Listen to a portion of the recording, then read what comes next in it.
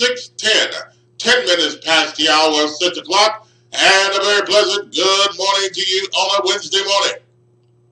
Yes, a lovely, wonderful Wednesday morning, and yes, again, starting your day off at 42 degrees under mostly cloudy and rainy conditions out there. Whoa, boy, it is wet.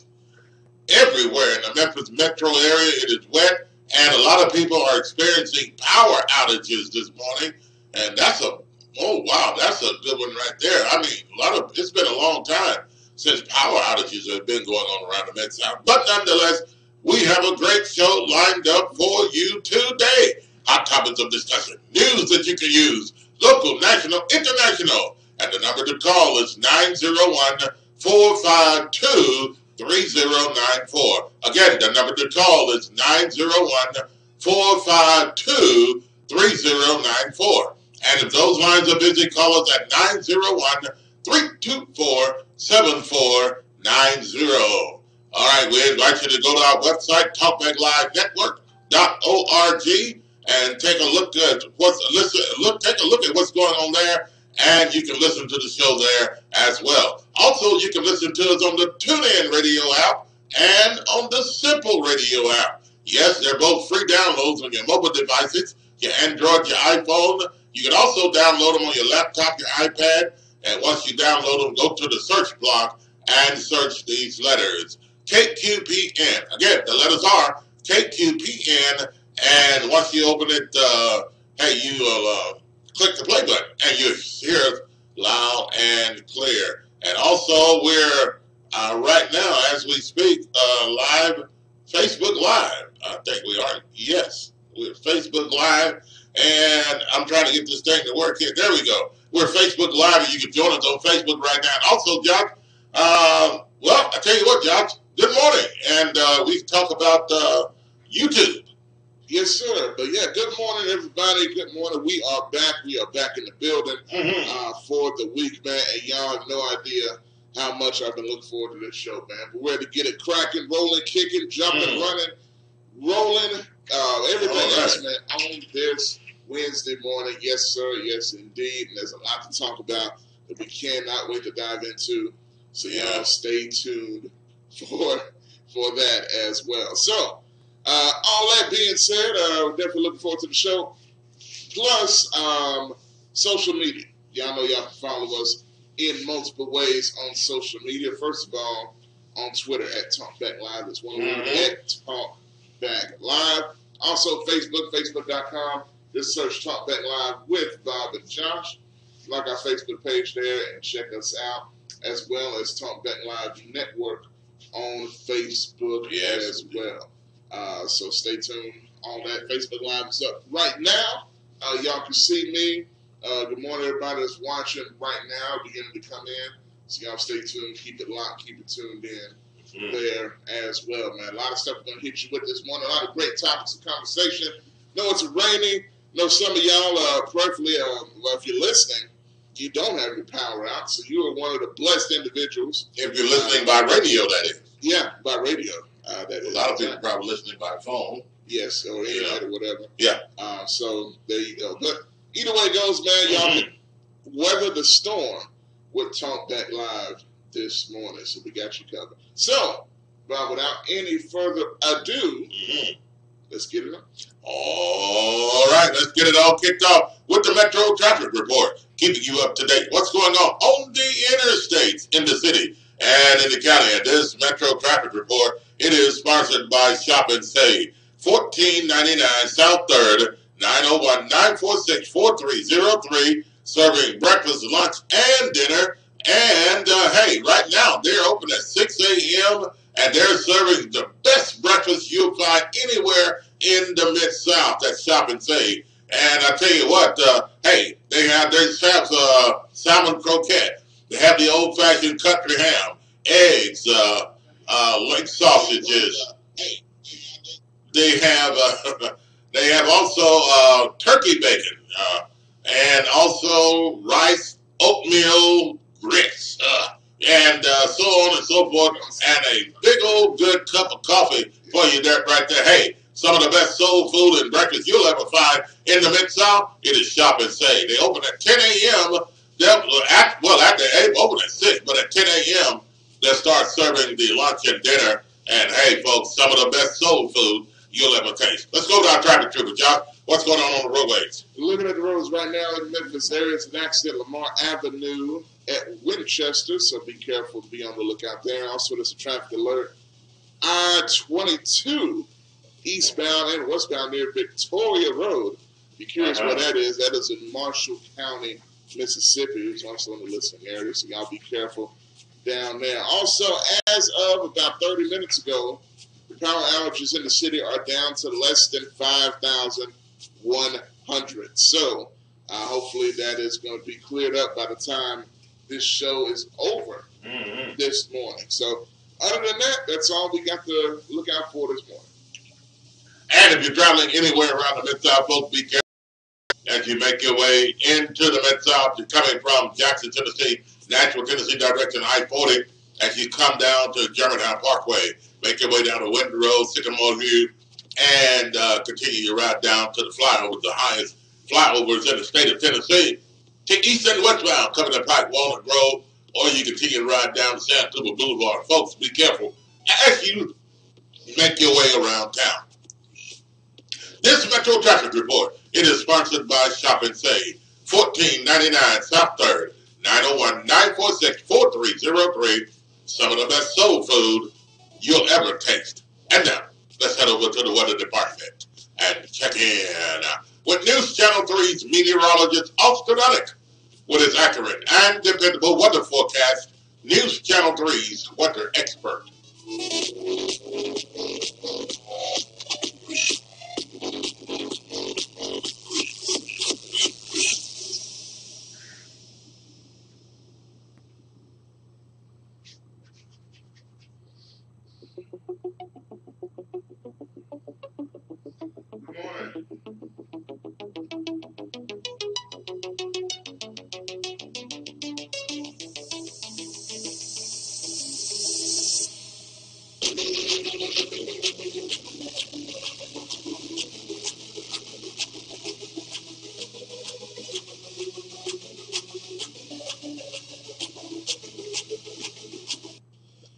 Definitely want to take the umbrella along with you again today, as we'll be looking for more chances of showers and maybe a few rumbles of thunder out there. Then more showers into tonight, but becoming a little bit more sunny for later on as we look into temperatures in the mid-50s today. For tonight, partly cloudy skies, a little bit of a lull in the rainfall, low temperatures back in the mid-30s. For Thursday, chances of showers in the afternoon, continuing chances of rain and thunderstorms into Thursday night. Highs on Thursday in the mid-30s. Lows Thursday night back in the mid-40s. For Friday, chances of showers and a thunderstorm again. Highs in the mid-50s. More showers, more thunderstorms on Friday night. Lows back in the mid-50s. Showers and thunderstorms early on Saturday. Highs in the lower 70s. Showers and thunderstorms end Saturday night. Lows back in the lower 40s. Sunny and pleasant and, more importantly, dry as we head into early on Sunday. Highs in the mid-50s. Clear Sunday night. Lows in the upper 30s. And looking at Monday's temperatures, sunny with highs back in the mid-50s. Let's look at your latest WREG-TV News Channel 3 Severe Weather Center forecast. I'm meteorologist Austin Uddick. Stay tuned for more with Bob and Josh on Talkback Live.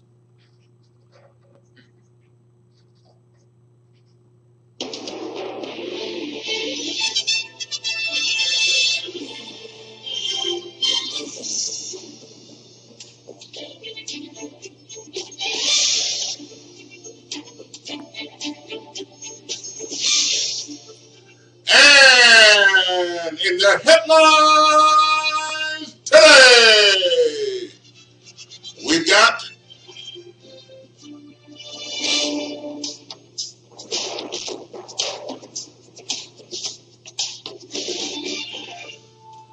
well, now you know sometimes you pay people off for doing certain things, coming around your house, maybe cutting the lawn, doing the hedges and the weeds and all that kind of stuff, and you give them a good payday. Then you pay other people off for going to work and other jobs and doing what they're supposed to do, and to make an honest living.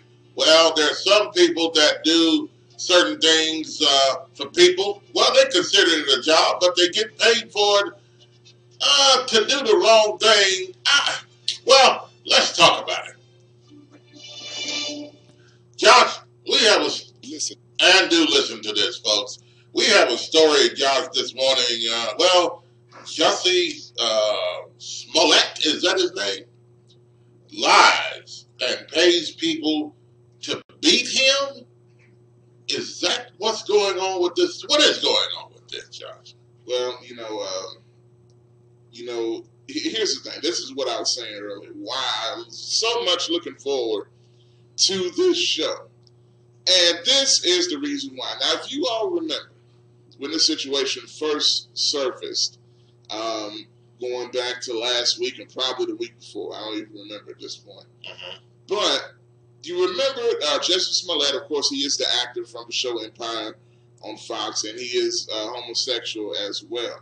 Plays that on the show, and he is in real life. All that being said, it came out that he was attacked in a vicious hate crime. Oh, that's awful. Outside of That's awful. Oh, terrible. I mean, despicable. Outside of his Chicago apartment. And when I first heard about it, they said he put a rope around his neck, a noose. Noose, yeah.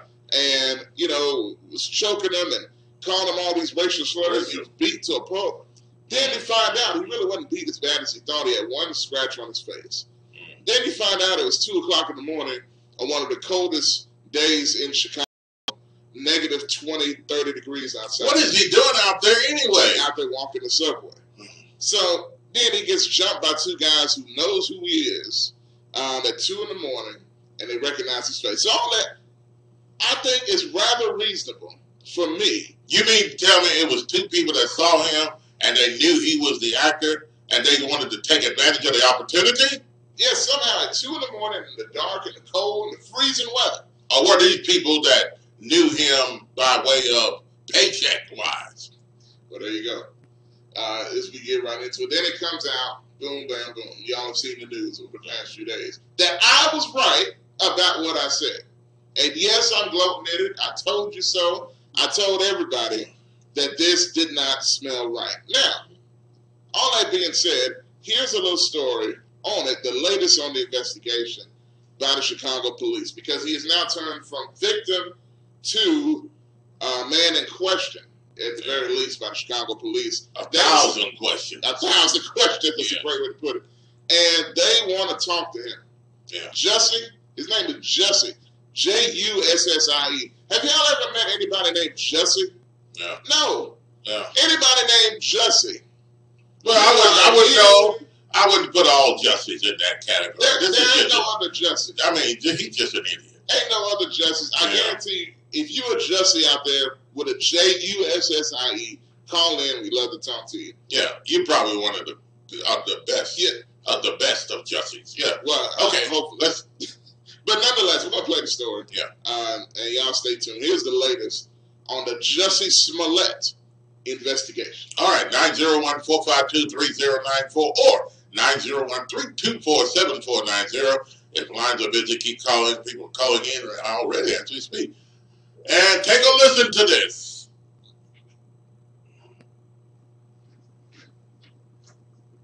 Poking more holes in the actor's story. The Night Team's Charlie DeMar has been constantly following the facts on this case. And Charlie, let's begin with the commotion at the courthouse today. And Erica, today was the first time that we saw those brothers since they were released from police custody last week. We also saw their attorney Gloria Schmidt at the courthouse today. We do know that those brothers, they were willing to work with the state in this case. They were willing to possibly provide testimony if needed in a grand jury. But that grand jury did not meet today. That today was just a meeting with prosecutors. So tonight we do know we have 2 separate sources confirming that brothers Ola and Abel Osendero, they told police that Smollett was involved in creating the threatening letter sent to the Empire studio here in Chicago just days before he reported that January 29th attack.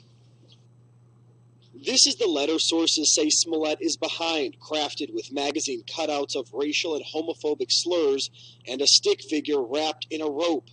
Sources say the brothers told investigators they were paid $3,500 to stage the incident. They were instructed by Smollett to yell racial and homophobic slurs, douse the actor in gasoline, and drape a rope around his neck, a scene taken from that letter.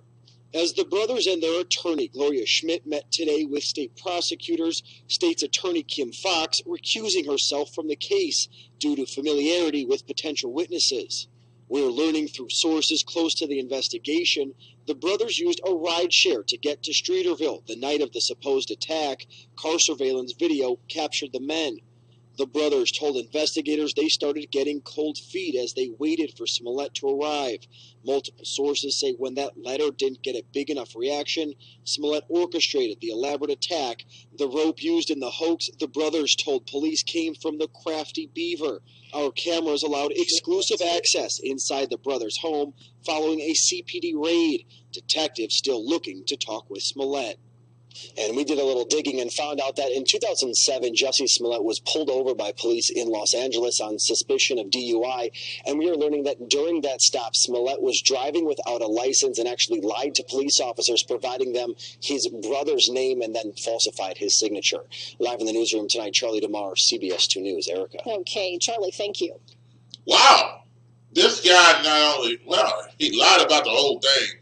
And this whole story is, he paid these guys to do this to him, and he told them what to do. The gasoline, the rope, the noose, the beating, and whatever else that happened to him, or he says that happened to him. Exactly. So here's the thing. All right. So now the guys were paid to do this. Mm-hmm. They have a known relationship with Jussie. Only $3,500. Hey, I mean, it depends on what their situation in life is. Well, I mean, you could, a guy like that, if he's desperate enough, like this guy was, I mean, you could have gotten a lot more money out of him than that because he wanted something big to happen. They could have gotten a lot more money. And these guys that he paid to do this to him were brothers. They were related. Yeah. And these guys, they sound like to me, they started to back out of the whole deal. Well, they didn't feel good about it. So, I don't know. Look, here's the thing. All right.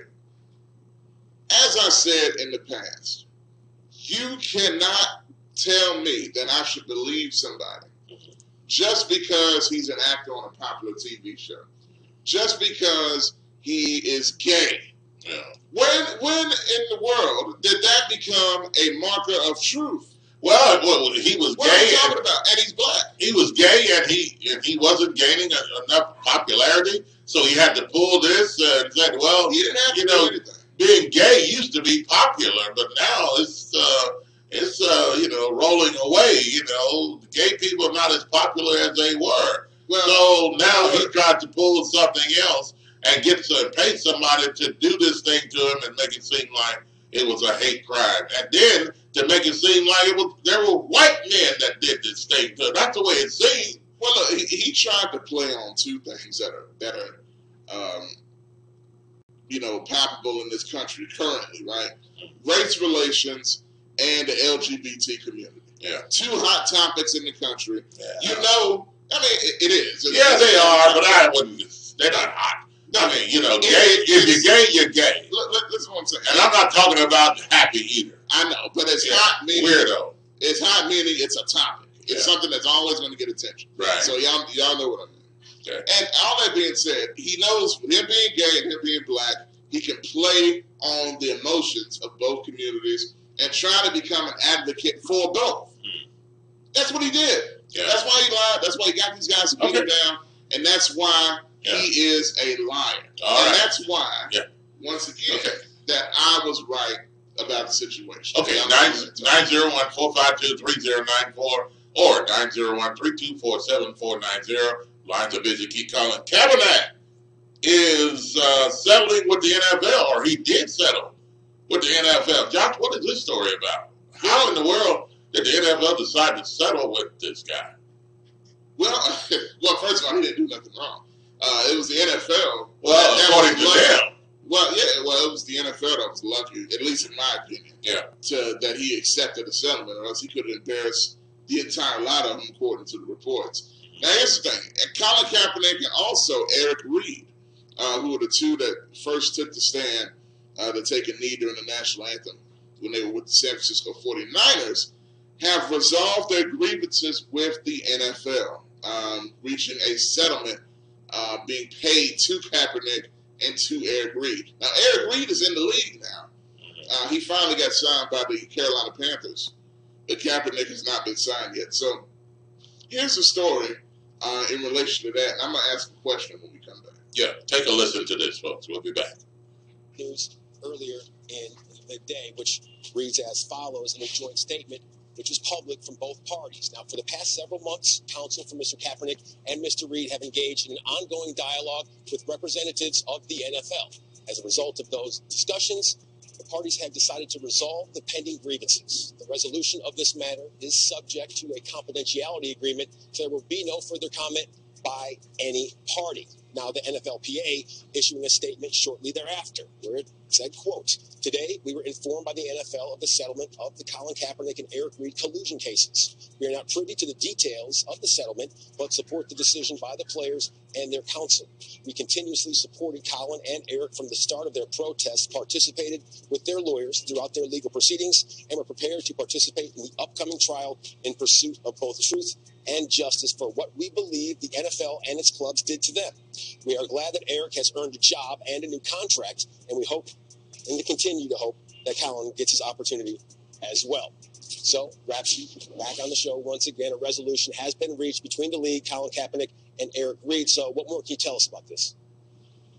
Well, this is the culmination of about a year-and-a-half battle between Colin Kaepernick and Eric Reid and the NFL, which now ends, basically ceases to be in the news now for an undisclosed settlement with Colin Kaepernick and with Eric Reid. Of course, Reid is a member of the Carolina Panthers, now will continue on with his playing career. As far as the timing of this, it comes a couple weeks before it would have been the final hearing in front of Judge Burbank. And all this would have been the news fast again. cars. Now with this hearing, this Lots of stunt drivers. takes this off the table, and the collusion issue with Colin Kaepernick is now over. And then there's the question of what does this mean for his playing career? I've talked to several people involved in this situation. There is at this point no known movement toward Colin Kaepernick playing football again or signing for any team. That is something the NFLPA said very publicly. They hope he has a chance to play again, and many people who've spoken out on Kaepernick's behalf hope for the same thing. It's just not clear at this point if there's a team ready to sign him, although with the collusion case out of the way, it does at the least make it slightly easier for that to happen. So, Colin Kaepernick, Eric Reid, and the National Football League coming to a resolution. Ian Rappaport with the very latest. Thank you, sir. All right, there you have it, the situation there. And he gets paid well, Josh. Yeah, so the reported amount that's come out, and it's a rumor, by the way, it hasn't been substantiated, and there's no way to really find out because they're not allowed to talk about it anymore. That was the whole deal that was reached with the NFL. The NFL can't talk about what happened and what was discussed, the terms that were agreed to, and neither can Kaepernick or Eric Reid to the media. Now, it had been leaked, reportedly, that they received $60 to $80 million from the NFL to just end this case before it even goes to court. Here's the thing. Kaepernick allegedly had some information on as many as 6 to 7 different owners, from audio recordings to emails and everything else. And what would have had to happen were Jerry Jones and all these other owners, Jerry Jones and all these other owners would have had to face trial. They would actually have to get on the stand and talk whether they colluded to keep him out of the league or not. All that being said, here's a question I have.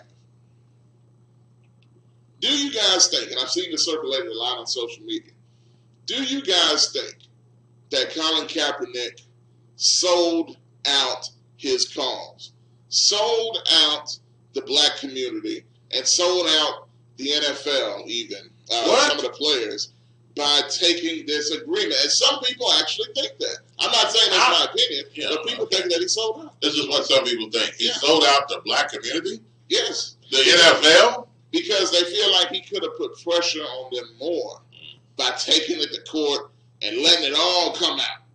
But he took the deal from the NFL and decided to end it. Oh, come on. That's personal. Oh, no. Come on. That. I know you know that's what some people are saying. I think some people are jealous because he got that much money. You know, and, you know, the whole thing is over. You know, I guess some people wanted to keep hearing some gossip going on and some stuff about this. And now that he's got a nice size settlement, you know, now they want to say he's a traitor. He's a sellout. You just for money. He should have just waited and let this whole thing played out, you know. But I mean, you know, hey, the guy was probably sick and tired of the whole thing. As well as the NFL, and so he decided, well, okay, I'll take this and move on, and you know, let this thing rest. I mean, I don't understand why people are so angry about that because he decided to settle out. I mean, what do you mean he sold out the black community? I don't understand that. Maybe, I mean, folks, what do you think about that? I don't know about that. 901-452-3094 or 901-324-7490. Lines are busy. Keep calling. And we're going to the phone lines first. And one quick story here, Josh. Get to it real quick. We'll go to the phone lines. 11-year-old was arrested for not standing during the national anthem. A 11-year-old boy arrested for not standing during the national anthem. What was he thinking, Josh? I guess he was thinking he had the right to do it. I don't know. But, all right. So this kid, this is in Florida again. Florida, the land of crazy. Florida, where crazy things seem to happen. Via CNN. Well, we got some good people down in Florida. Oh, yeah. I mean, look, there's good people everywhere. Yeah. But there's a lot of crazy stuff happens in Florida. Okay. A Florida school district said that a student who refused to take part in the Pledge of Allegiance was arrested for becoming disruptive and not for refusing to participate. That's what the school is saying. They didn't arrest him because he refused to participate. They arrested him because he was being disruptive. Disruptive how? I don't know. They said February 4th, the student at Lawton Childs Middle Academy in Lakeland, Florida, refused to take part in the Pledge of Allegiance. A substitute teacher in charge of the class was unaware that the district's student code of conduct does not mandate students' participation. The substitute teacher said that when she asked the student, who was black, to stand for the pledge, he answered that he won't because the flag of the country is racist. Oh! He then started to explain why the anthem was offensive to black people. The teacher's statement was obtained by CNN, and the teacher exchanged words with the student and then called the school's administrative people. The school resource officer came and arrested the kid. 11-year-old. 11 years old. I mean, where are you going to put it? You arrest the kid for not pledging allegiance to the flag or whatever, or standing during the national anthem, and then they say he was disrupted. Did they say how? No, they say he was just exchanging words with the teacher as to why he was not going to stand. Okay. The district said, we don't condone the substitute's behavior. Yeah. But yet, okay, the district says they don't condone the teacher's behavior, but yet they still arrested the student. Yeah. So that's interesting. Well, that's strange. 901-452-3094 or 901-324-7490. Good morning, Tamara, Faustin, Jack, Greg, and all you people coming in on Facebook. And thanks for listening. Thanks for watching as well. And let's get to the phone lines. 901-452-3094 or 901-324-7490. And who do we have? First is Unforgivable. Unforgivable. Welcome to the show. Good morning on a Wednesday. Man, I'm trying my best to get y'all over this radio, but I just can't do it. Well, you can hear us now, bro. You can hear us now. Let me see. I'm talking about that. I mean on the phone. On the phone. On the phone. Yeah, you're right.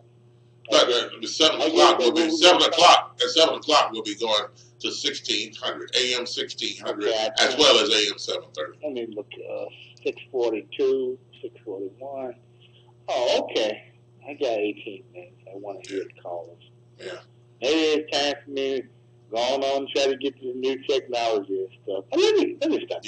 Let me Yes. You know, this story with this dude, you know, the Chicago and stuff, I just don't understand why the police don't say, look here, when you get enough information and stuff, we'll open up the case and do, you know, find out what happened and stuff. Yeah, they need to go on and say, look here, it was all set up and stuff. You need to pay us some money, you know, and sign them and move on, you know. Mm-hmm. Because, you know, this stuff is getting out of hand. Really? People started saying that it was all about racism, because he gay and all this stuff. And just all kind of see a black man, and, you know, they don't believe, you know, all this stuff, man. Well, you know, and then unforgivable, it made it seem like he was accusing white men of doing this when it was something he did. And had a lot of black people mad at white people trying to start something through this whole thing when it was something that he paid some black men off to do this whole thing, get this whole thing done himself. Well, it's crazy. It's crazy. It's going to be hard for him to make it look real, because the black man said he was paid to do it, you know. Yeah. They didn't confess, so how they going to work out? You going to believe the black man that say they were paid, or you going to believe him? Well, they probably have the money to show for it. Yeah, they going to. He already said that it was white dude, it wasn't black dude, so they even made it even worse. Yeah, it looks stupid. Yeah. And you know, it's kind of sad the way things are going in society now. I think the social media just really messed it all up. That's why I don't fool with this stuff, man. Wow, I mean, come on, it's not the social media. It's the way they do it. It's what they do on social media. Man, them people over there, man, they just a brainwashing mechanism. You got to control yourself too when you're over there. Yeah, you got that stuff they talking about, the box or something, AI, the manipulation of stories and, you know, what people say and everything, and then people just believe in all this stuff. So here's the thing, and the more you think about it, the more you're right, because there's even this thing where these people got scammed on social media because they believed everything this guy posted. They spent all this money to go on an island for a party that didn't exist. Wow. I mean, they flew to, like, hundreds of people flew there, and there was nothing there. I mean, come on, folks. Who's the idiot here? I know, but that's what I'm saying. Like, I forget his point, to be honest, social media, people fall for anything. They just look at it and they think, well, whose fault is that, though? It's the people's fault. Guys, it is. Before you was born, there was a story on television. It was a powerful statement that came on television all the time. It was a commercial. And the commercial was, the word that they were saying and they were showing stuff was, you can learn a lot from a dummy. Yeah, you remember that dummy in the car accident thing? Yeah, I remember that. Without the seatbelts and all that? Yeah. That's before my time. What people are today, there are the dummies out there when you play with that mess or the computer. Well, you just said it. Completely dumb. Well, you just said they can learn. You can learn a lot from a dummy. If you call them dummies, I mean, you can learn a lot from them, I guess. Yeah, because that's what you are, dummies. Oh, come on. Have mercy on them, man. Yes, please. What else is new? Unforgivable. Now, Kaepernick.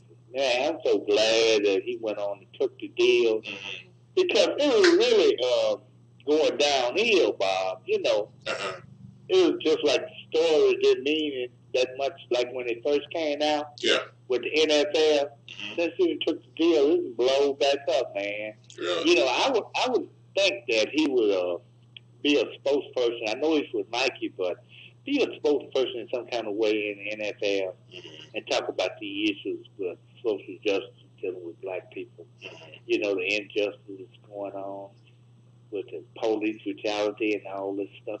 Stay in it. You know, stay in the fight, man. You know, be a spokesperson, because you got a media, the NFL, man, just imagine his face is popping up all the time. And you know, all them handkerchief head niggas will be getting mad. Oh, there you go again. During a commercial break or they get mad at that thing. I think that's the way to go. But they're talking about him playing with the Jets, but I don't know what. You know, I don't know. I don't think he's going to do anything now. Yeah, because he go to a pro football team, they're going to look at him, you know. Well, how they going to look at him? Negative figure, the fans, they're just going to disrupt everything. So I think I just drop it, man. I got my money. Just go ahead and drop it, be a spokesperson.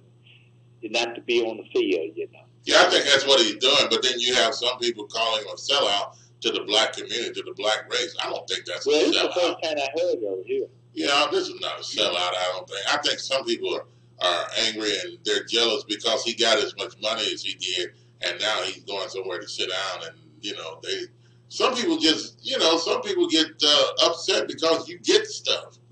Well, yeah, I don't know. When it comes to us as black people, you know, most of us, we're going to be jealous, you know, all kind of ways on everything. You know, it's just black people, man. It's just something wrong with us, most of us, you know. Well, I wouldn't Not say all of us. something wrong with the black race. I just think that a lot of things have to do with, you know, like, you know, some people have said that, you know, you have kids raising kids these days, and it's not like you had a solid, back in the day, you had a solid family unity with the grandparents, the parents, all still in the same household, and they were, you know, the father and the mother, and they were all in the household and that type of thing. You don't have that today. You have a lot of turmoil, single parents, and then as soon as the girl have a baby, the baby is not even 3 months old, she's got another boyfriend. That's not even the baby's daddy in the house. What kind of mess is that? You know, so, you know, it's you know, anyway, that's another story. Well, Bob, you just mentioned it. It depends on how people take it, you know. Yeah. And most of the time, stuff that's filthy, nasty, and wrong, and all that stuff, that's the way most black folks are going today. They don't want to hear the decency, the goodness of God, and the kindness of black people like we used to be in the past. Now, they don't want to hear that stuff. They want to go on with the flow with a race of people that brought this stuff up to teach the prejudice to their children, to believe in man and man can get married and all this kind of stuff. They want to go on with all this filth. And that's what black folks' problem is. And that's a sad story that most of our black women, you're the ones I really see that so embarrassing and so just, man, I don't understand, man. If a black woman just stand up to be and use her womanhood and stand up to be a woman, you know, and act like a woman, man, a lot of this mess will go away. I mean, you can teach the black man to put up his hand, don't deal with him, you know, and start embracing black men and try to help them with their mindset when it comes to education and stuff. They just leave them to the back burner. You know what I'm saying? Leave them alone. Okay, so they go to another race to get married and have kids. It's pitiful. So you think our whole society is messed up, Bob. You think the black women are leaving the black men behind? Yes. Okay. Because, you know, it's like I got mad, you know, what Joe, you know, all that kind of stuff. You know, just think about it. I mean, so you're gonna blame the black woman for what the black man? Well, I blame all of them. Okay. I blame black and white, but black, yeah, white too. I blame the woman and man, but most of it falls on the shoulder of the black woman. You know what I'm saying? Yeah. That falls on the shoulder, man. I mean, you hear about black women out there dealing with slavery issues, like the Underground Railroad, helping the black man escape and the families and everything. They don't do that anymore. Black women, yeah, man, they full stuff now, you know, and they try to look white. Straightening their hair, throwing up all kinds of stuff. Come on, black women are even talking like them and everything. Even mingling around with them, like Hillary Clinton. And I don't mean, you know, up to no good, man. It's just a disgrace, Bob. Okay. Nobody want to talk about it. Well, you know, and then when you talk about it, you're a hater, you're a male shoulders pig and all that stuff. It's just a disgrace, man. It's a shame, man. I'm telling you, man. It's a shame to the black man and a shame to the black woman. Okay. You know, when we going to unite?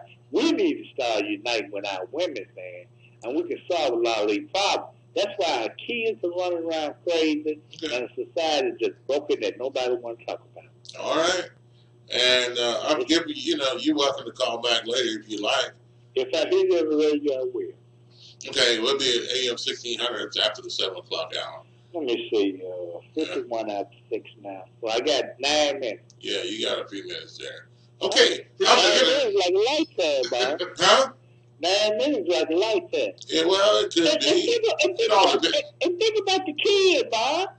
Think about the kid. All of a sudden, John was talking about it yesterday, And Yeah, he was knocking out the father. When did the kids start having this kind of power? We're giving the children the power and stuff. It's getting so ridiculous. I mean, you got a substitute teacher that didn't know the rule book. Like I was saying, 2 wrongs don't make a right. And here it is. They both was wrong. The kid should have been arrested.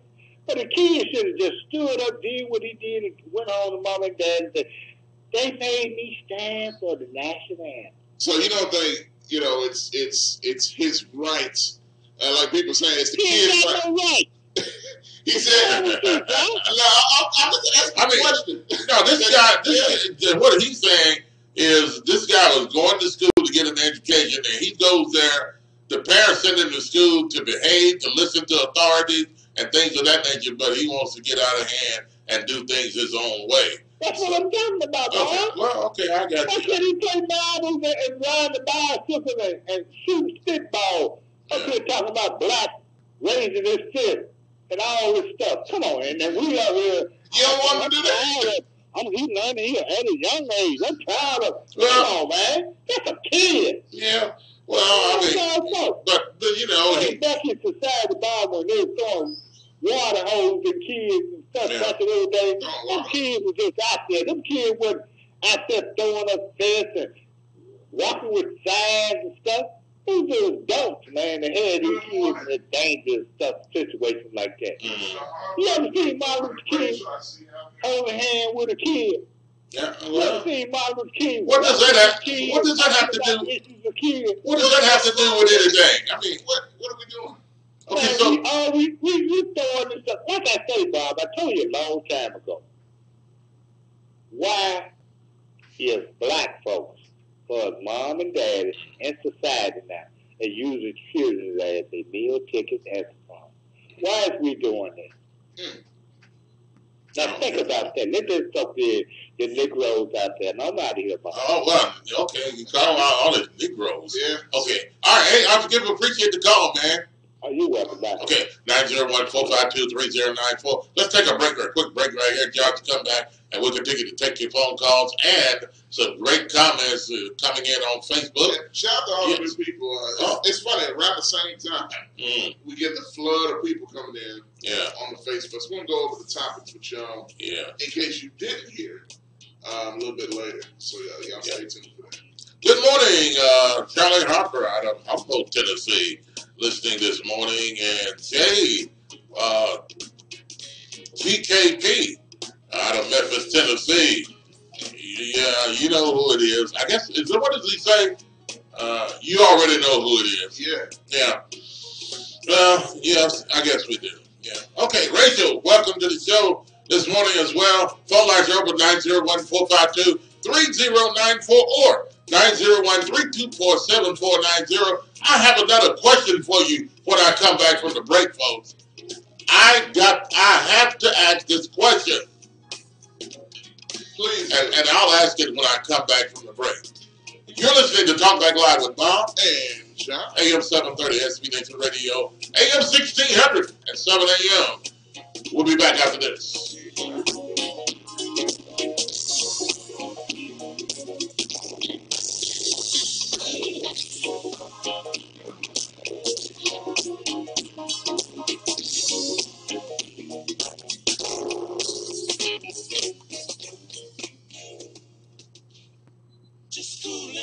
It's that time of year again. We're Just Cooling. Call Just Cooling Refrigeration for all your heating and air needs. Hey, they specialize don't forget about cameras and commercial. For a complete listing of all the services that they provide, contact them at www.justoncooling.com. Again, www.justonecooling.com. They're licensed, bonded, and insured for over 18 years. Give them a call, 901-848-1772. You want to be cool? You know I do. Give them a call, 901-848-1772. For the best soul food in the Mid-South, is Shop and Save. 1499 South 3rd, 901-946-4303.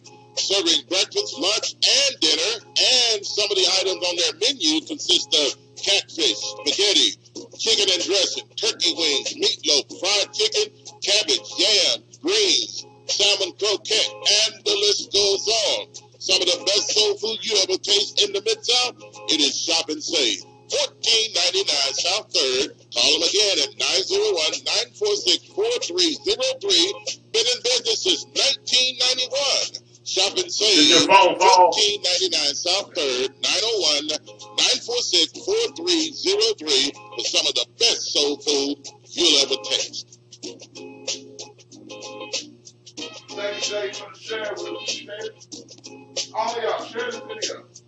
Yo, this is the Kid XP encouraging you to check out Nappy Hair, happyhair.com. That's right, specializing in locks, lock reattachments, lock extensions, lock starters, and also if you're trying to get that fresh style with your locks, you definitely want to check them out. Now, you can check them out at 5840 Stage Road. That's Bartlett, Tennessee, 38134. That's the Bartlett Town Square. That's right, check out Nappy Hair, happyhair.com. And you can holler at my girl, Miss Veronica, if you're trying to get your dreads on point. Holla at her.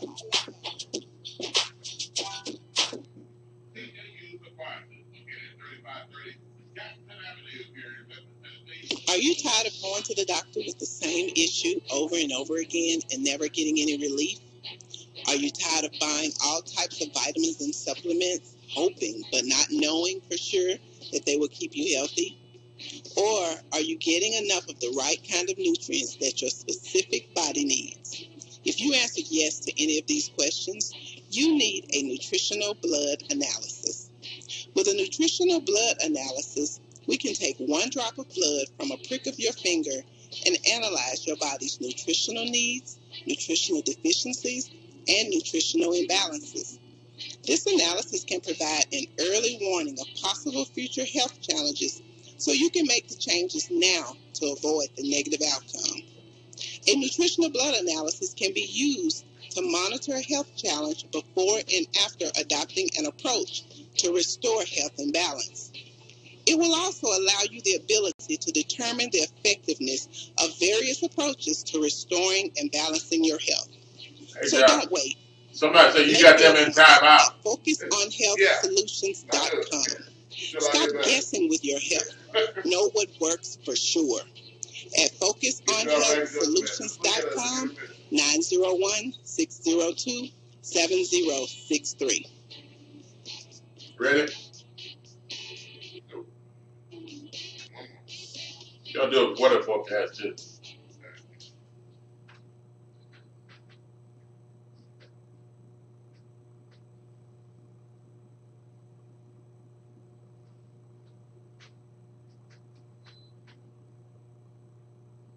In life, we all want to be treated with dignity and respect. At E.H. Ford Mortuary Services, located 3390 Elvis Presley Boulevard, we believe the same thing should hold true when it comes to death. Telephone number is 345-9558. For more than 30 years, Ed Ford has offered the personal touch when it comes to the passing of the special people in your life. As a licensed funeral director, embalmer, and death counselor, Ed Ford will be involved in every phase of the bereavement process when it comes to your loved one. In other words, he won't just sit behind a desk and collect your money like other funeral directors. His main purpose is to personally prepare your loved one for whatever memorial service you desire. His services and prices are the very best in Memphis and the surrounding area. At E.H. Ford Mortuary Services, it's not about the money, it's about a lasting memory. Ed Ford, his wife Myrna, and the courteous staff will be there when you really need them. That's E.H. Ford Mortuary Services, located 3390 Elvis Presley Boulevard. The telephone number again, 345-9558. Not associated with any other funeral home with the same last name. That's E.H. Ford Mortuary Services. Serving Memphis, Tennessee, East Arkansas, and North Mississippi. This is KTPN AM 730, West Memphis, Arkansas, Memphis, Tennessee. AM 730 SB Nation Radio, your news, talk, sports, and information station.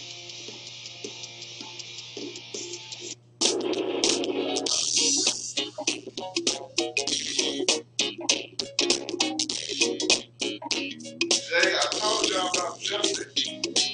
I told y'all Lion Jesse. He's a lion fool.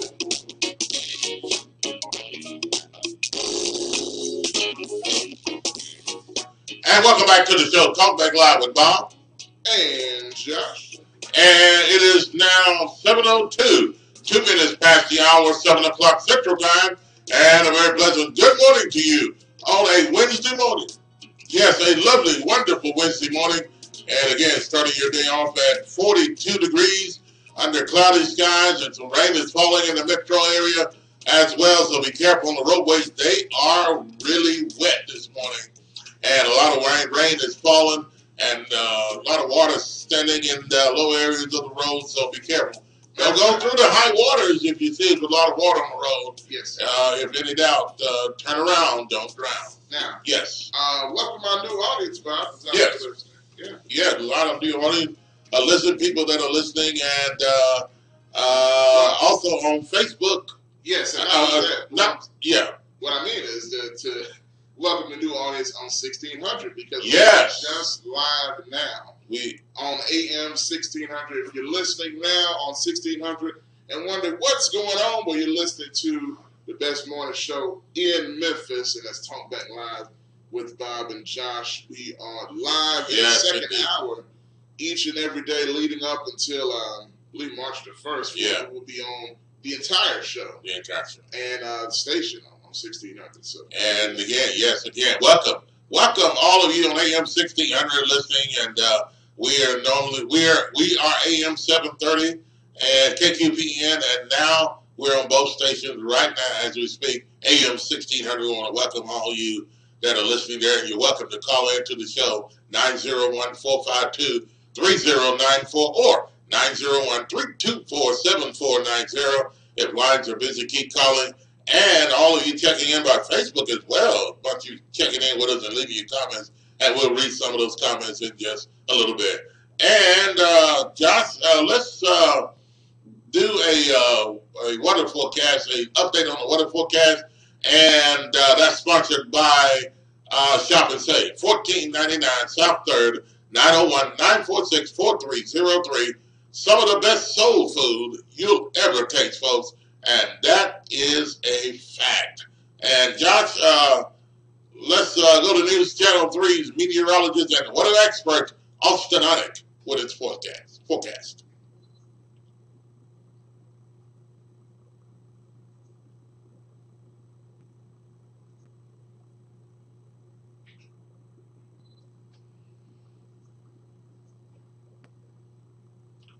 Were you ready?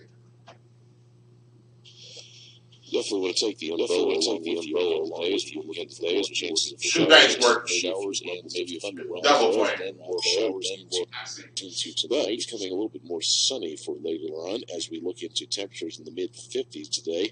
For tonight, partly cloudy skies, a little bit of a lull in the rainfall. Low temperatures back in the mid-30s. For Thursday, chances of showers in the afternoon, continuing chances of rain and thunderstorms into Thursday night.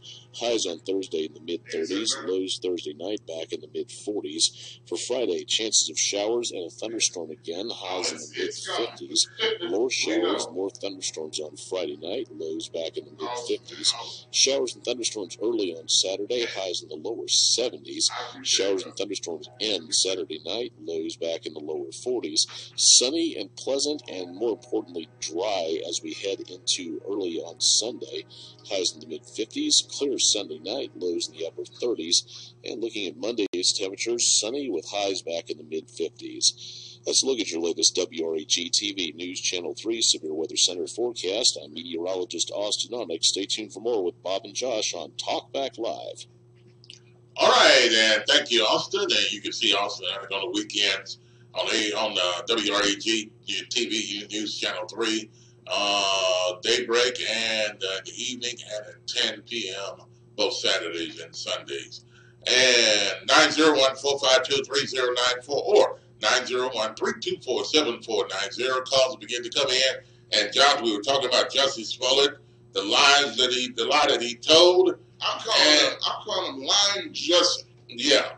And he paid people off to do this to him, what he claimed that it was the racial slurs were said, and it made it seem like that it was somebody else of another race, some white guys did this to him, and that's a bad thing. That could have caused some problems, racial problems with this whole thing. He only paid them $3,500. And these guys, they were relatives that did it. They were not related to him, but they were brothers. And they're black. Yes, black men. And so, hey, they did this to him, and so he paid them all $3,500. I thought they should have gotten more out of it than that, you know, if people were really desperate to make a big story. Whatever else. Kaepernick is back in the news, and he's gotten a settlement with the NFL. Some people say, well, he sold out the black race. You know, he should have let this thing went on to the end of the story of it. But hey, the man got his money. What are you upset about? I mean, you know, he's settled, and the NFL is settled. So I don't know if we're gonna hear anything else about this. Probably just from the people that are angry that he did settle. People just want to continue the story. And 11-year-old young man was arrested for not standing during the national anthem.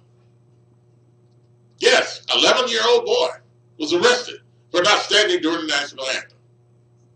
And, well, I mean, you know, some people will look at it, okay, well, he goes to school. He's supposed to behave at school. You have teachers there. He's supposed to obey the teachers. He knows the protocol. When you come to school as kids, you go to your homeroom, and then when the national anthem is played, everybody stands, and whether you put your hand over your heart or whatever, you pledge allegiance to the flag or the national anthem is played, you know what the protocol is. You know what you do every day. So why rebel and not stand during the national anthem? Well, I mean, it's something that you do every day. But I guess here's the question, like, is it really rebelling? I guess is the question. Because they said, the school even said, we respect, here's a quote from the school. The school said this, quote, the school district said this. We respect our students' right to freedom of expression, and we are committed to protecting that critical right while ensuring peaceful classroom. I don't think they're talking about that. That's something that they're supposed to do, protocol every single day.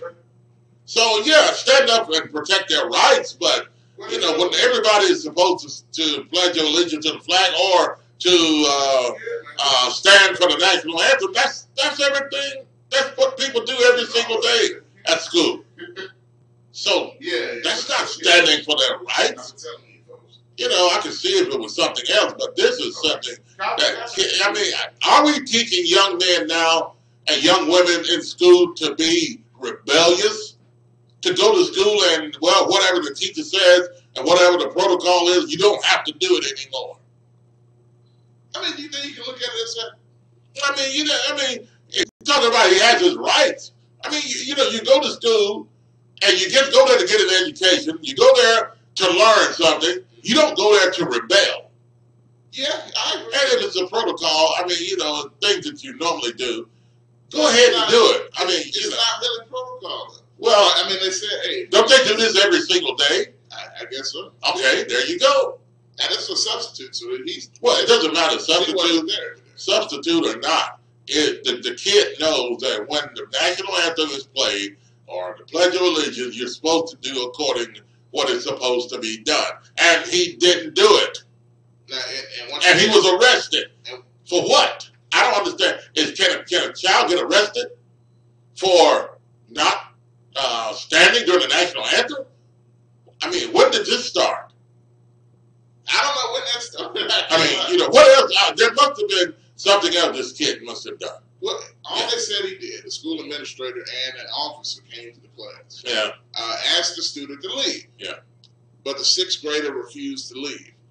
Said the Lakeland police said the student who left the classroom created another disturbance and made threats. Oh. As he was escorted. Well, see, I didn't know that part. If he did that, that's enough to be arrested. If he's making threats. This is a sixth grader. Well, yeah, but it doesn't matter.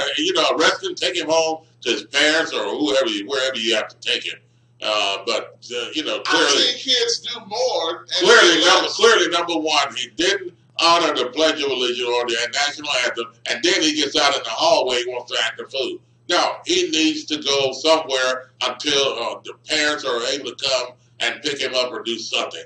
This is outrageous, and we don't want to teach young people today at that young age that you can go to school and you can rebel and just do anything you want to. What if you got 1,000 students in a middle school, and then all of a sudden 800 of those students want to go say, hey, I have my rights. I don't want to pledge allegiance to that. I don't want to stand during the national anthem. I'm going to do what I want to do. And then the whole 800 students, oh, come on, man. This is an outrage.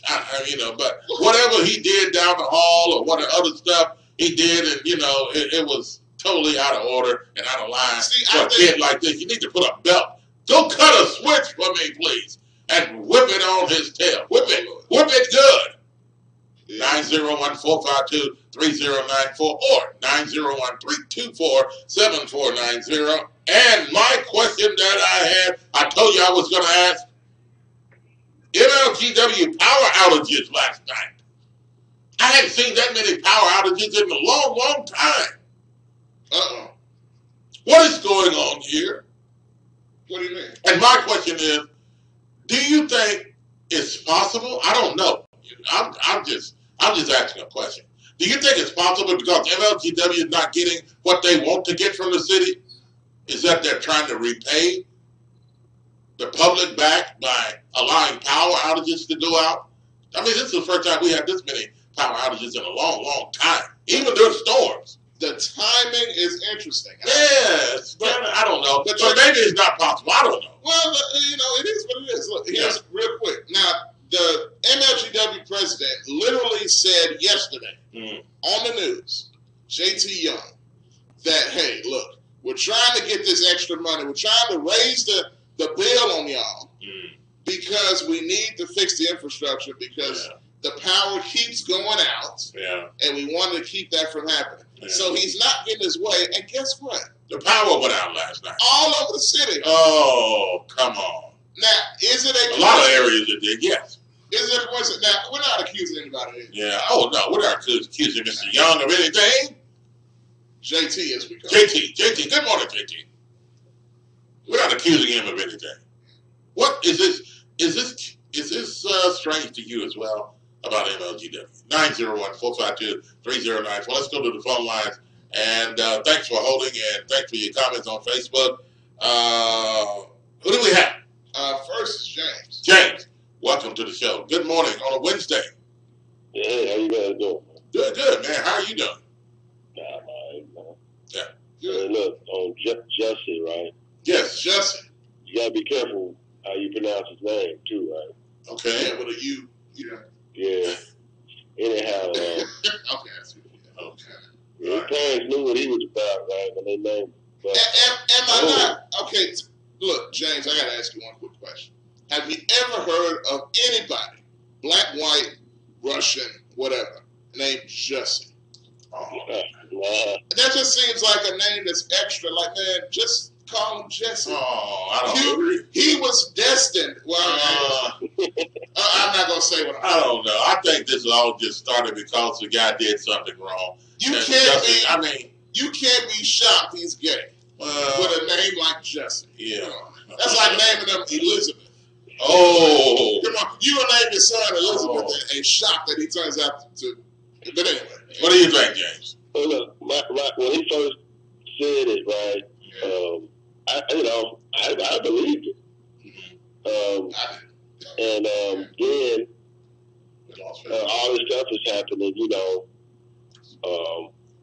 that's between him and the Chicago cops. But, it doesn't really change my mind on Trump supporters. I think, my opinion of them, it was sort of like just added to it, but I don't look at them as any different now that he said it. Now, I know they've been saying it claiming that race relations was strained. I don't think race relations was strained. When he first said it, nothing happened. Nobody lied to him. And whatever he gets, whatever time he gets, who cares? I mean, he probably enjoyed himself in that Chicago prison. Well, he probably be life of the party. James, yeah, well. He's actually getting a reward in a lot of Oh, come on, James. That's a low blow, is it?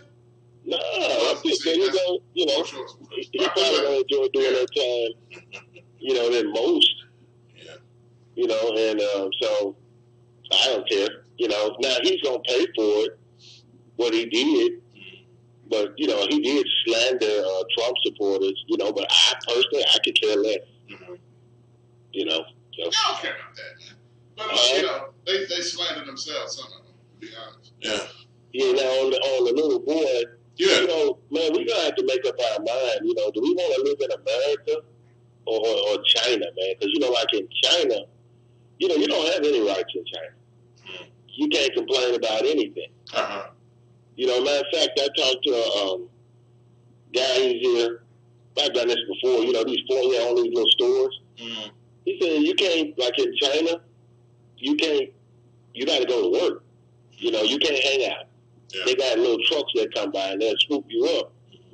And, they'll put you in jail. It's forced over there. Right. You get assigned the job as a kid, and then that's your job,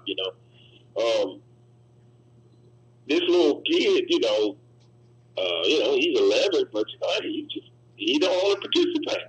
It's optional. You don't have to participate. Yeah.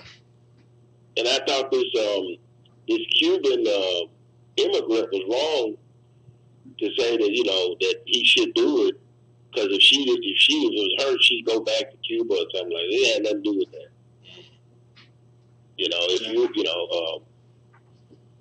They had nothing to do with that. They fired her for that, which is good. Shooting her mouth off, and the family need to go ahead and file suit and get them some money for what they did to that little kid. To that 11-year-old? Yeah. I mean, but he was hostile, James. They said he was. They just arrested him for not listening, but he still is an American, man. Like I said, man, we keep forgetting, man. Look, I'm not under no delusion, man. I know we don't have I know especially black people, they don't have any rights. I know that. And a lot of times they find out the hard way when they get killed. You don't have no rights. But we're supposed to have them. And the little boy, he's supposed to have some rights. And whether they like it or not, he exercised it. And he's actually a little bit more braver than a lot of adults, No, really? Yeah, because he refused to participate. And look, to me, it is. Do we want to teach kids to go to school to not participate and obey those that are over you, rule over you, or have authority over you at school? If we teach kids to go there and say, you have your right, you can go to school and do whatever you want to do, and are we teaching them the wrong thing here? And, aren't they supposed to obey those that... The anthem was optional. Okay. Now you're talking about, take out your books and go to chapter 3 and read. That's not optional. You're supposed to do that. Right. But when they say all rise for the national anthem, that's optional. Oh, really? You don't want to do it, you don't have to do it. Okay. That's what the little boy was doing. Yeah, and I think, look, I've always felt like this. You always had people sitting for the anthem. I mean, at basketball games, baseball games, everywhere you go, everybody is standing. It's not. So you're talking about basketball games and things like that. Same thing. That's for adults. That's a public event. When you're talking about school, you're talking about young kids like this guy here, and everybody in the class should follow protocol. They should follow everybody else in the class and stand for the national anthem. It's not like you're at a baseball game or something. You're in a classroom, for goodness sake. Yeah. Oh, yeah. I'm just saying. Mr. Kaepernick. Yeah. My opinion, that was his protest. I know a lot of people jumped on it when Trump got in and said, "Get off my field." SOBs and all, and then, the whole guy in, Jerry Jones took him B, and okay.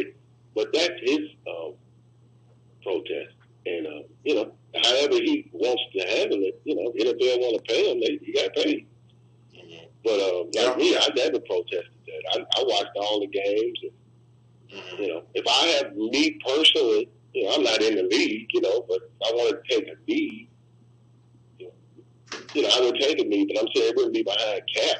That's why I just a lot of what's the big deal? Because even these guys talking about, that what he's doing, like, he doesn't do interviews.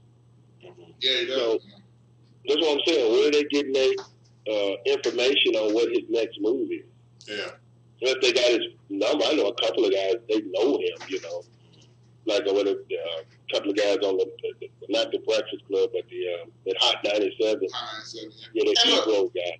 I mean, and then, his girlfriend, I don't know if he's still with her or not, but she was one of those radio hosts as well on one of those stations. Okay. So, look, I'm like this. It is what it is. I don't have a problem with him getting his money. I don't think it's him being a sellout by taking the money because, hey, why not at this point? How long can he keep this thing going? Because it's going to cost him money, too, to go to court. Now, it is what it is. I guess from the other side, people are saying, man, if you got all this evidence, just go ahead and put it to the NFL. Yeah, but what would they do, though? They're telling other people, telling him what to do. Exactly. They probably would take the money themselves if they had the opportunity. That's a great point. Yeah. Bob, I don't think they would take the knee. A lot of the people that, I'm not talking about him, I'm talking about like that radio DJ on, and all these Steven Smith, them guys ain't going to do that. They're not going to take a chance of losing no money. Yeah. No way. I agree. That's what I'm saying. A lot of guys beating that, oh man, you take them, forget that. Take them all the way. Yeah, come on, man. Yeah. But they wouldn't do it themselves. I know they wouldn't. Steve, they with that little boy did, with that little lady. Yeah. Okay, James. Man, we appreciate the call. Okay, man. All right. 901-452-3094. Let's go back to the phone lines. And who do we have? We have Vincent. Vincent, welcome to the show. Good morning on a Wednesday. Good morning, Bob and Josh. How you guys doing? Good. How are you doing? I finally woke up early enough to call y'all between 6 and 8. That's funny.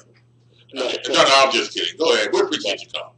Yeah, no problem. I'm at work really, but I know it's a strain. I know it's tough. I know it's a strain on you. No, it's really not a strain. It's just getting used to the time. Remembering the podcast for so long. Yeah. 8 to 10 and so forth. But anyway, a couple of comments. First of all, about the little boy. As a school teacher, what I have a problem with, everybody has a right, so to speak, but if you're in a school environment, I think everybody should follow the same protocol.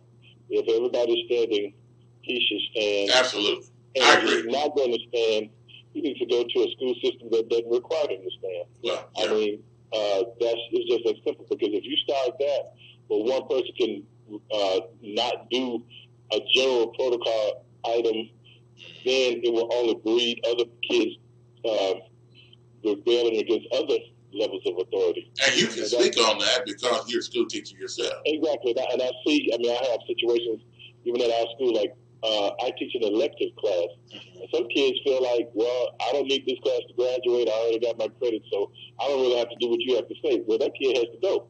Yeah. You're not going to sit in my room and not do the basic necessities. And then cause other kids to get the attitude, cop the attitude from what they have. Well, it sort of goes back to what the devil did in heaven. I mean, sometimes it amazes me when I think about how all the angels that followed Satan, they was up there where God saw all of his majesty and power and everything, and they chose to follow him. And so you have that same principle. Kids will try to promote rebellion to get other kids to follow them. It's a spiritual thing. As far as the not Kaepernick, the guy that Smollett, Jussie? No, I was talking about something else. The guy that told a lie that he got beat up. Yeah, Jussie Smollett? Yeah, that's it. Yeah, whatever his name is. You remember that comment I made one time? I was with y'all. I said, my grandmother always said, the more you try to be what you ain't, the more you look like what you is. Exactly. That's exactly what he did. I think that applies in this guy's case. Because I just don't understand the logic of why you would take a risk on your career to do something like that. I don't get that. If he was trying to calculate for more publicity, that was a serious miscalculation. I don't see how, with cameras, see, the thing about it nowadays, there are so many cell phones, there are so many cameras around, you can't afford to just make up a lie, because if you're somewhere in a public arena, wherever, chances are there's a camera that can find you. Yeah. And, it's, when people just, if a fight breaks out anywhere and somebody's walking by, you can pretty much guarantee it that somebody's going to record it. And people are always opportunistic, seekers for whatever. So, hey, man, I got this on video. So you can't just afford to make up a lie in a public environment. Now, if you're in the comfort of your own house and you're in a lie, I'm not condoning lying, but I'm saying that gives you a little bit better opportunity to get by with it. But you can't take that kind of chance and do something in a public setting and then think that there's not going to be any evidence. It's gotten to the point now, security cameras are everywhere, phones are everywhere, and you run the risk of just being made a fraud, like what has happened with this guy. And the last comment I wanted to make, are you still there? Yes, we're still here. We're just letting you talk. Oh, okay. The last comment, I mentioned... And you do that very well. Just kidding. Go ahead.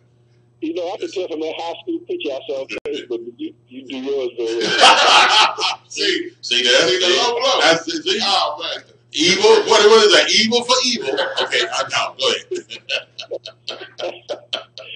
That was a nice handsome picture, Bobby. I commend you on that. Yeah, thank you. I can see why your wife married you. Yeah. Anyway, I never lost her handsomeness. But anyway, go ahead. Okay. Yeah, see, I feel like he's setting up his stuff. Yeah. I was going to say, Victor Enoch, I was kind of concerned. And why is he not playing at all? I mean, he's a big physical body. For the Tigers, He rebounds pretty well. And I noticed even in some of the blowouts, he didn't even get in the game before a walk-on. Is he hurt, or is Penny trying to usher him out the door for next year? I don't know, man. It's a great question. Because, one of the things is they do play tonight, Tulane and FedEx Forum. So I guess we'll see. But I definitely don't expect to see Victor Eno. I'm going to tell you something. Just me. I'd rather see Victor Eno than Isaiah Maurice. That's what I'm saying. I mean, he's probably the most physical, gifted player on the team. No question. And I personally, and I'm not accusing him negatively, but I think that Penny has decided his core, his style doesn't fit Enoch's pedigree. And I think that he's already determined, like, he's going to have last timers next year. He's bringing in Malcolm Dandridge. He's going to have what's the other guy? Of course, James Wiseman. Maurice will be back. Yep. But that's only 4 front court men. And DJ Jeffries is not a big. No. And most of these upper tier teams, they have like 4 or 5 solid bigs on their team. And a lot of them have more physical players. I mean, one of the things Memphis has always had an issue with since Joy Dorsey left is having physical inside players. Yeah. We need at least 1 or 2 enforcers or somebody. Because, I mean, most of those Elite 8 teams, Final 4 teams, they have somebody that can go down low, throw some elbows, and throw some weight around. And I think Memphis has had these little slight teams, these little top 25, top 50, 4 and 5 star weenies, when it's time to get tough get going. But think about it. Quincy. I know you know more than me as far as the history of being around longer and watching Memphis, but you talking about the old Josh? Well, in a nice way. Josh called me old, Bobby. You gonna sit there and let him do this? Yes. I see what you mean. I mean, but honestly though, like throughout the history of Memphis, man, even they've had a lot of skilled players. The toughness, they've been out physical by Cincinnati. It seemed like the entire history of that rivalry. But all that being said, I don't understand not playing Victor Eno either, to be honest. But I guess Penny has his guys. He brought in Maurice as well. Maurice is a JUCO. He brought him in. So I guess he wants to stick and keep giving them an opportunity. Yeah. Man, I'm gonna tell you, I like the offensive skill set of Maurice, but I don't know what game it was. It may have been LSU, one of those games early on in the season. I saw when it got physical, he didn't want no part of that. Yeah, and that's an issue for me. If you're trying to get to a national championship level, you got to have some guys that's willing to go at it, and that's just the truth. The good thing is, with Malcolm Dandridge is one of those bangers, so that's a good thing. But you need more. That's one, man. I mean, you remember back when Calipari had Rodney Carney, Sean Banks, Antonio Burks? Yeah. Do you remember we played a round of 32 against Oklahoma State with Tony Allen, the Graham brothers? Oh my God! Yeah. McFarland. I don't know if you're old enough to remember that game. I do remember them. Yeah. But anyway, man, the physicality difference between Oklahoma State and the Tigers was so ridiculous, it didn't even make sense. Yeah. And from that time period, except for during the time when we had Joy Dorsey and that group, maybe 2 or 3 years, we've always gotten out physical by, like you said, teams like Cincinnati, Louisville. Even back in the days of Keith Lee, man. Keith Lee was good, but Louisville, them McCray brothers, Ronnie Brown, those guys down low, man, they was bringing the business. Yeah. And we need to have something comparable to that if we're going to really get back to that national level. Okay. Agreed. All right. Well, hey, that's it. I had to think a while. You know, it's been a long time since you called us, and I had to think for a minute there what your name was. Okay. You really encouraging me to call back tomorrow. Is that encouraging? No. This is a good time, Bob. I'm going to go to work, man. Listen, y'all have a wonderful day. Enjoy your show. Thank you, Vincent. Thank you, bro. All right, 901-452-3094. Let's go back to the phone lines. That's it. Okay, and we need to take a break? Yes. Let's take a break. And when we come back, we'll continue our conversation with phone lines 901-452-3094 or 901-324-7490. And it is now 7:33. 33 minutes past the hour, 7 o'clock Central Time. And a very pleasant good morning to you on a Wednesday morning. Yes, we're back on a Wednesday morning. And starting your day off, 42 degrees, cloudy skies, rain, storms, all kinds of stuff going on around the Mid-South. We'll be back. Another check of traffic and weather coming up a little bit later. You're listening to Talk Back Live with Bob and Josh. AM 730. And now you're listening to us on AM 1600. Yes, 50,000 watts of power. Hey, you're welcome, and we welcome you listening to the show this morning. We'll be back after this.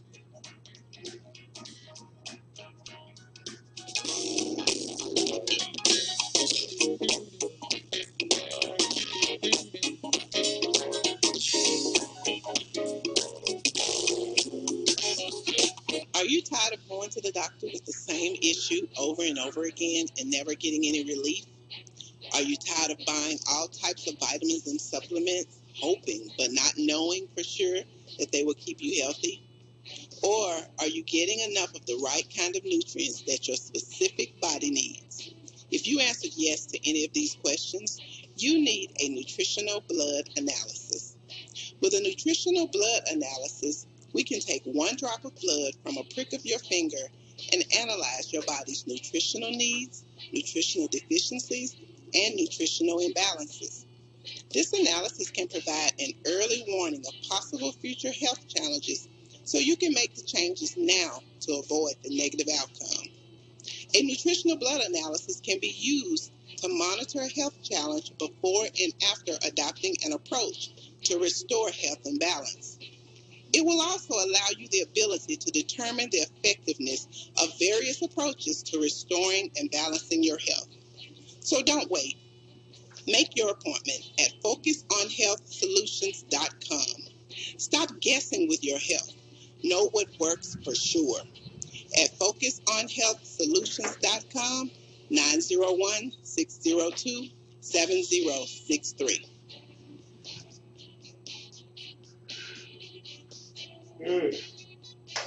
Excuse me.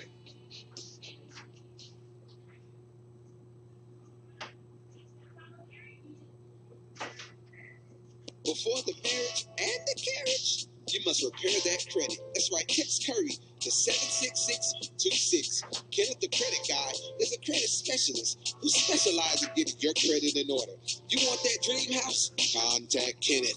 You want your life back? Contact Kenneth. That's right. Text Curry to 76626 or you can call Kenneth Curry at 870-514-8138. That's right. Take back your life by contacting the credit guy.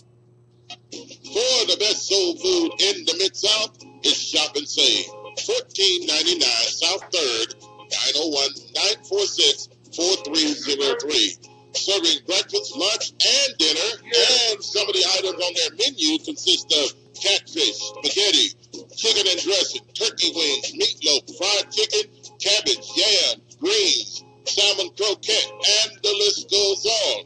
Some of the best soul food you ever taste in the Mid-South, it is Shop and Save. 1499 South 3rd. Call them again at 901-946-4303. Been in business since 1991. Shop and Save. 1499 South 3rd. 901-946-4303 for some of the best soul food you'll ever taste.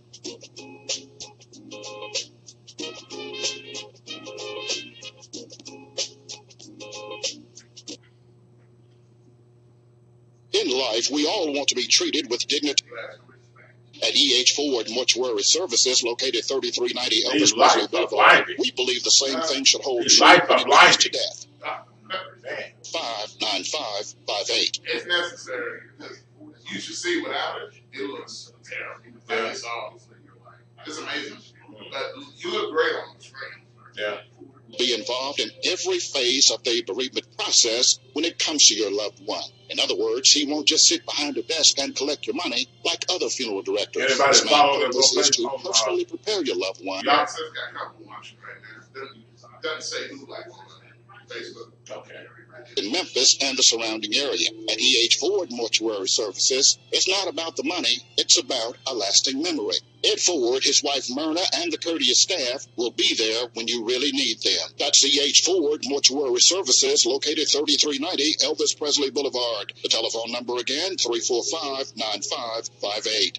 Not associated with any other funeral home with the same last name. That's E.H. Ford Mortuary Services.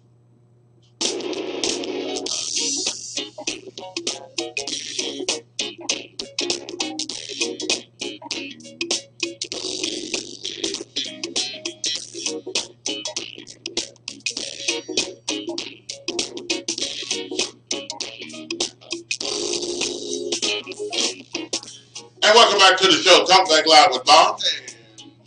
It is now 7:39.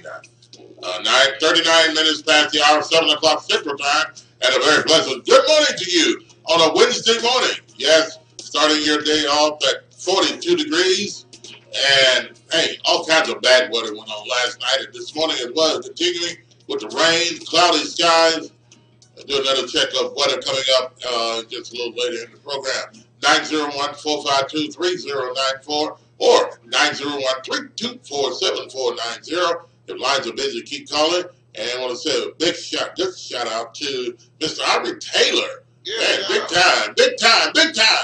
Mr. Taylor, we respect him very much and very dearly. And television man and all the other things that he does around town. Man, what a man, what a giant in the Mid-South. And Mr. Taylor, we say good morning to you. Thanks for listening and thanks for watching. Good to see you. Yes, it's good to see you. All right, 901 again, 452-3094 or 901-324-7490. And let's go back to the phone lines. And who do we have? We have Unforgettable. Welcome to the show. Good morning on a Wednesday. Man, it feels so good to call in on 1600 AM. I'm telling you, man, y'all need to drop that 730 over there. Oh, come on, Unforgettable. I'm serious, man. Y'all need to drop it and start over with the brand new powerhouse lineup. I mean, you know, Bob, go on ahead and do the 79. And then, you know, Pastor Guy come on, let John Lawson go and do the rest. And y'all be straight, man. Oh, really? And leave them folks alone over there, man. I'm telling you. It's getting to be ridiculous over there. Hey, man, we got a long relationship. Us and 730. A long relationship. We've been together a long time. We've been together. What do you want to break up a family thing here? What are you trying to do, Unforgettable? Why not? Man, it's new times, man. You're trying to break up a hole. Sometimes, man, you just get with the new, man. Get with the program, like they used to say. Okay, that's why we need to get you on. University of Memphis. You know, I remember the day when they had all these big time, these players were physical beasts, man. Yeah. You remember Anthony Douglas, too? Anthony Douglas, I've heard of that. Back in the Yeah. day. That's back in the day, but yeah. Man, he was a monster, man. He was a big power. He was bad, too. I liked him. Mm-hmm. In the middle, man, he was good, man, back in the day. It was a lot of good players. But, you know, right now, it's the time for us to get into the training room. I mean, these players, you know, we need somebody at the university over there who know how to deal with these players getting in the training room and building up their upper strength and muscles and stuff. We need somebody over there to deal with this over the summer, you know. Get in there and work at it, man. Yeah. You know. Well, do you think the University of Memphis basketball players are too small? Not really. You know, they're bigger than they were, actually. Yeah, you know, look at Andre Turner. You know, he did that. You know, he went in the weight room, did he was 5'10". Yeah, but that shot that it showed Dresser. No, what I'm talking about, I'm not talking about as far as short is concerned. I'm talking about their upper body. You know, some of these guys are too small and skinny, and then when they play these other teams, big major college teams, these guys come out, man, looking like the Incredible Hulk or something. But sometimes, Bob, you know, the X and O's on the tablet and the playbook, you can stop all that. I don't care if they're 7 feet with 370 pounds. You can make them foul out. No, that makes a difference. I'm forgetful. If these big guys come out and push these little guys around underneath the basket, and they can't get. I know it. They can't push nobody around.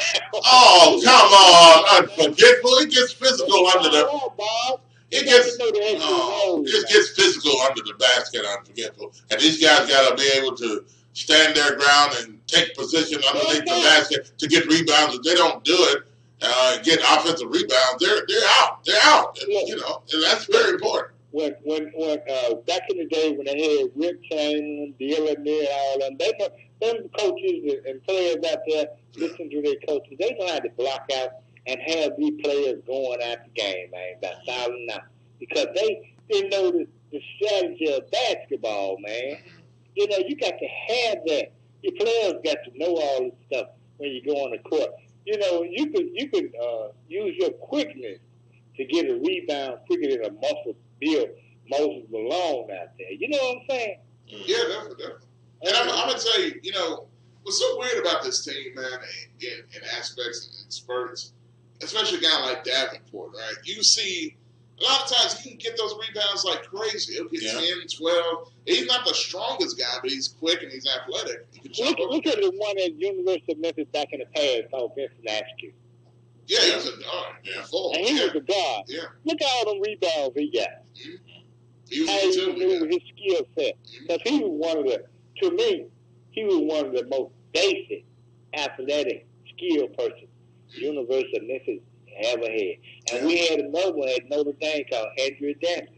Yeah. He was one of the basic basketball players around, man. See, if people like that out there, Bob, it's not too much with the muscle, it's the skill set that the players got to have. And Vincent, when he was talking like that, I agree with him. Sometimes it takes people with strength and stuff like that. But I'd rather have the one like the Andrew Daniels, the Vincent Askews out there that was smart. And you know what? A good example of that in nowadays was, you don't see him as much now, Zach Randolph, who's an old school throwback kind of player. You know, he wasn't the quickest, he wasn't the fastest, the strongest, but he was smart and he knew how to play ball. You know? And plus he was left hand. Yeah, exactly. And that would make a difference right there. And I'm going to tell you, the difference now, though, a lot of players now are more athletic and quicker and faster, but sometimes the skill isn't there. Right. It's the basic. So, you know, it is what it is. But hopefully, you know, you got a guy called James Wiseman, who's number one in the country. Yeah. Coming in, who's killing it in high school, and I think he'll come in, and all these other guys as well can make a difference. Yeah, and I think if they work on him a little bit, get him a little bit bigger, You know, and I think Weissman's going to be off the chain. He's I going to be think really he's going to good. be all right, Bob. You know, Womack, when he was out there, I was watching him, and people been getting in his head, and he kind of getting to it. Getting to understand the skills of being a player out there. He block it out, stealing, and making assists. Little things like that count, man. Right. Yeah, that's what he does. Really count. That's what he does. And people got to stop realizing it ain't about out there hitting 3-pointers, and they ain't falling and you still shooting it. Man, go out there and try to do something else and make a difference in the game. No. Help your teammate.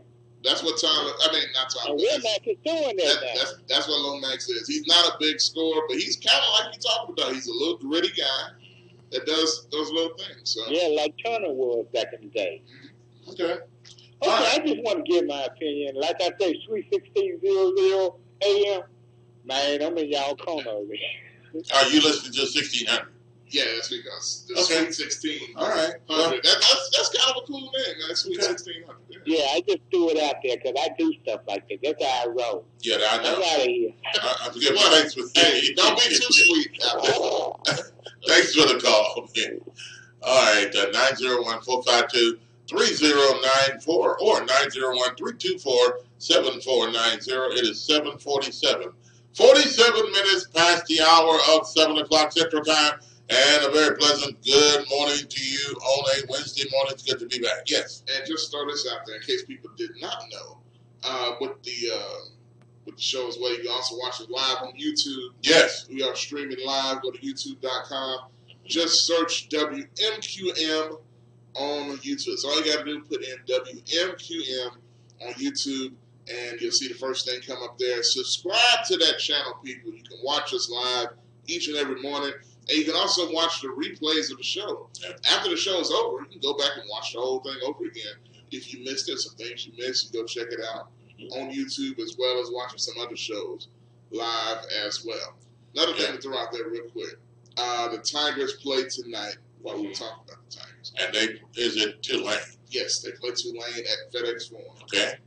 Tulane is a team that Tigers had a little bit of difficulty against a little earlier this year, but the interesting thing is this game today, and I'm reading it as we speak, that Penny says the Tigers are going to wear their throwback Memphis State uniforms again. Oh, okay. Against Tulane as well. Now, if you remember, the last time they won was probably the best performance of the season against SMU earlier this year, when the Tigers wore the throwback Memphis State jersey. So they're bringing them back out.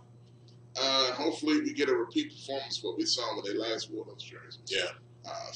And what we need with the Tigers, or any team needs and want, is consistency and to develop into a good basketball team. Absolutely. And not allow a jersey or a pair of shorts or tennis shoes to motivate you to be a good player and to play well. So, but hey, I think the team is looking on the up and up, and Penny Hardaway, Coach Hardaway, I think is doing an excellent job. And, hey, I'm looking forward to continuing seeing the season. And what happens is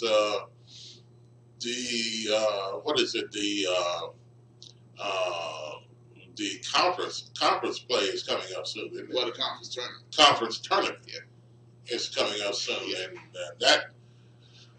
that's going to be a big one. And all the turns out, all of the teams have a chance to start over again in some sense, John, when they start conference play, because, any team can come out and win this tournament. Yeah, you know what? From the last team to the first team. It is. Everybody gets a chance all over again. Yeah. There's a regular season title, which is kind of up for grabs there. I don't think the Tigers, well, I guess it's one of those things you never know. But I don't know if the Tigers are in contention for that at this point. The Tigers are 15-11 right now overall. And they have they lost their last game against UCF after winning 2 straight, beating UConn and East Carolina, then losing 3. The key thing here was this 3-game losing streak was what you didn't need. At Tulsa, you lose 95-79. At South Florida, you lose 84-78. And then Cincinnati at FedEx Forum. A game where the Tigers led the majority of that game. Yeah. Cincinnati comes back and beats them 69-64. Those 3 losses are huge. Yes. But there are 5 games left in the season. Tulane tonight, FedEx Forum, at Wichita State on the 23rd, then Temple at FedEx Forum, Cincinnati again at Cincinnati on March the 2nd, huge game, and then you finish the season at FedEx Forum against Tulsa before the conference tournament. It would be nice if they win the rest of these games. Absolutely. And it'd be huge. Yeah, it'd be huge. And how would that make them look? Well, they kind of need to, man. I mean, when you talk about NCAA tournament aspirations, and, not just conference, NCAA tournament, yeah, they need to win these games, man. You can't keep losing big games. The UCF game should have been another win. And look, I know this team is growing. And even Penny said he feels a lot better about this team now than he did earlier in the season. He feels they're getting what he's trying to portray to them. They're getting the system. They're getting how hard they need to work as a team consistently. So even in these losses, they're at least being competitive. So hopefully, look, this team is too talented. I know everybody says, oh, yeah, they still got Tubby's guys, and this, that, and the other. Look, this team is good. I don't care what people want to say that lack of talent. Just because you have an extremely talented team coming next year doesn't mean this team isn't talented. You have the best player in the conference in Jeremiah Martin. Consensus. Most people believe that. You got guys like Kevin Davenport. Yes. You got guys, Kareem Gruden, Rainier Thornton. These guys coming off the bench. This is a talented team. I'm not saying national title or anything like that. Some of these guys won't be here next year. Yeah, exactly. Yeah. I only see Kareem Gruden, Rainier Thornton, Mike Parks, Davenport. This is their last go-round. Yeah. This is it for them. So you know they're going to want to go out with a bang this last go-round. So this is a talented team that can match up with most teams in the country. They just need to play like it, man, and get it together. We'll see what happens tonight at the FedEx Forum. What time is the game? 7? 7 o'clock. 6 o'clock at the FedEx Forum tonight. Tigers taking on Tulane. And real quick, Josh, the new football league, just a couple of minutes here, the new football league in Memphis. How well do you think it's going? Well, they're 0-2. They're 0-2. Is that indicative of the team? The record, is it indicative of the team? To me, anybody that actually knows football, if you watch them, I know people want to get the stuck-up, prissy opinion of saying, oh, it's semi-pro. Man, get out. It's a good team. Yeah. I actually think the team's pretty decent, the wide receivers. Yeah, I do too. Offensive line looked kind of shoddy, but they have a good running back, probably the best running game in the league. The only running back at this point that has over 101 yards in the league. But that had 100-yard game. 100-yard game. Nobody else has done that. Yeah. As far as running backs. The defense looks like it may be the best in the AAF. But the problem is they have the worst quarterback, not just in the AAF. Oh, gosh. But in the universe. Oh, that quarterback has to go. I think they have the worst quarterback. What is his name? Who is he? I think they have the worst quarterback in the universe. Who is that masked man? Christian Hackenberg. Hackenberg is his name. Oh, he's awful. He's terrible. Awful. He's pathetic. And if Mike Singletary can't see that, he's just not a good footballer. Well, I don't know if he's paid off. I'm just kidding. Look, but look, all I know is this quarterback is terrible. He is just. And then he has the nerve to complain on the sideline the other night about something running his mouth. That to me is not the good sign of a quarterback. Quarterback, most times he's good and he's a professional. He's a leader. He's not going to be as fussy and loud and boisterous. This guy to me didn't show it. I'm gonna tell you this. There's nothing wrong with it. It was messy. I agree. Yeah. But there's nothing wrong with a quarterback being boisterous. But he looked like a punk. Yeah. He looked like a punk out there, a crybaby. You're complaining. You're complaining to the coach, but you can't throw a 5-yard out. You can't throw a slant down the middle. You suck. You're terrible. So hey, it is what it is. You need to go. You can't tell. What is his name? Hackenberg? Yeah, hack. He's a hack. Hackenberg. Whatever. Yeah. He needs to go. You can't tell me those other quarterbacks are worse. You have a good team, and then you put this guy in there for whatever reason. I don't know what's going on with that. I mean, he's just killing the team. And look, I kind of went at the Memphis Express Twitter account the other day. We're going to have to go, though. That's true. Yeah. But I went at their Twitter account the other day. They were tweeting out, do you remember the touchdown run the quarterback ran? He got smacked in the end zone. He got laid out. Yeah. They were saying, look at the grit. Get grit out of my face. I'm sick of people throwing the word grit around. No, he sucks. He sucks and he got smacked because he talks too much. So, and, you know, that touchdown, he'll never do it again. He'll never do it again. I mean, you know, we don't know that. He's bad. He's terrible. Okay, and we're out of here. Hey, thanks for listening to us today. And AM 7:30 and now AM 1600. And thanks for watching by Facebook. All your comments are great. And thanks for watching by YouTube. All you people that are watching by YouTube, we appreciate that as well. And anywhere else you're listening to us. Hey, it's been a great day today. Coming up next, it's the Eye on Sports, 11 o'clock Sports Bar and Grill with John Lawson and company. And at 3 p.m. today, it is Bill Moore Sports Call. And then tonight, it is, I don't know if Ben Eater is back or, but at 7 o'clock tonight, Ben Eater Power Hour. We'll be back tomorrow morning, 6 a.m. to do it all over again. Folks, thanks for watching. Have a great day today.